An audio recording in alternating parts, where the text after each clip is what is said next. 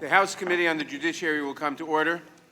Without objection, the Chair is authorized to declare recesses of the committee at any time. Mr. Chairman, reserving the right to object. Objection is noted. I reserve the right to object. I will make an opening statement, and then I will recognize the ranking member for an opening statement. A quorum is present. This is the first hearing. We are conducting pursuant to House Resolution 660 and the Special Judiciary Committee procedures that are described in Section 4A of that resolution.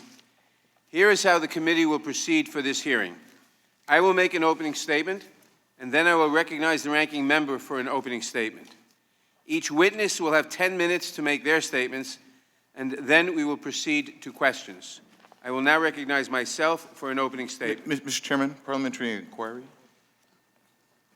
Mr. Chairman. I have the time for an opening statement. The parliamentary inquiry is not in order at this time.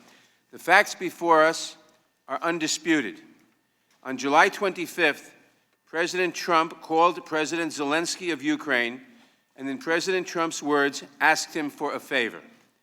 That call was part of a concerted effort by the President and his men to solicit a personal advantage in the next election, this time in the form of an investigation of his political adversaries by a foreign government. To obtain that private political advantage, President Trump withheld both an official White House meeting from the newly elected president of a fragile democracy and withheld vital military aid from a vulnerable ally. When Congress found out about this scheme and began to investigate, President Trump took extraordinary and unprecedented steps to cover up his efforts and to withhold evidence from the investigators.